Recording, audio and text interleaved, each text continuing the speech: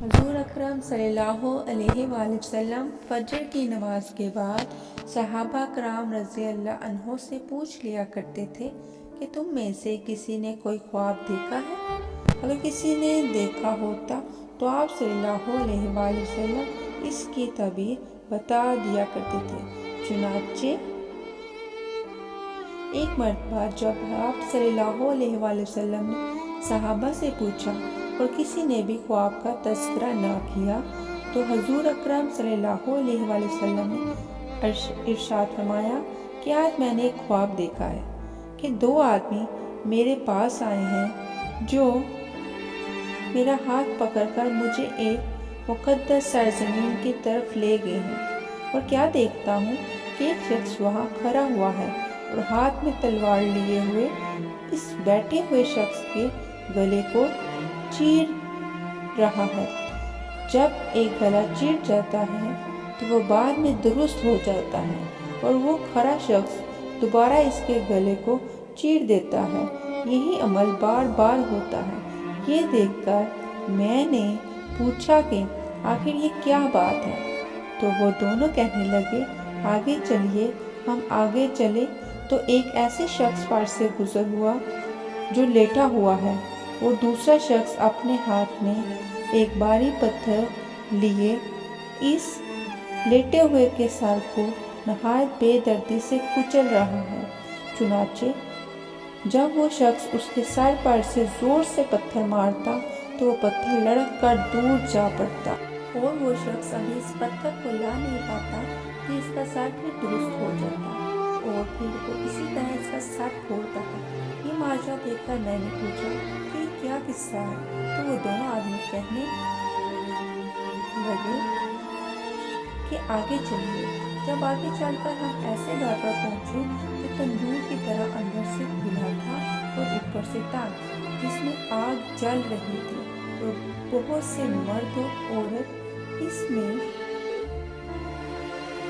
پڑے تھے۔ جب آگ کے شعلے بلند ہوتے ہیں تو وہ سب اٹھ آتے ہیں اور نکلنے کے قریب ہو جاتے ہیں، اور جب آگ نیچے بیٹھتی ہے تو اس کے ساتھ نیچے چلے جاتے ہیں تھے۔ یہ دیکھ کر میں نے معلوم کیا کہ یہ کیا معاملہ ہے۔ تو وہ دونوں کہنے لگے، آگے چلیے۔ آگے چل کر جب ہم نے دیکھا کہ خون کی نہر میں ایک شخص کھڑا ہے اور دوسرا شخص نہر کے باہر کھڑا ہے۔ وہ شخص نہر سے باہر نکلنا چاہتا ہے تو کنارے والا شخص اس کے منہ پر زور سے پتھر مار کر اس کو اسی جگہ واپس پہنچا دیتا ہے۔ اس حال کو بھی میں نے معلوم کرنا چاہا تو وہ دونوں کہنے لگے کہ آگے چلیے۔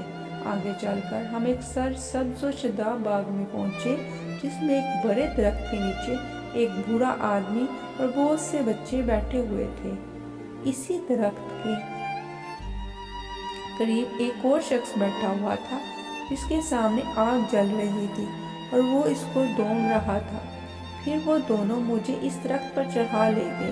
اتنا عمدہ مکان میں نے کبھی نہیں دیکھا تھا، جس میں بہت سے بوڑھے، جوان اور بچے موجود تھے۔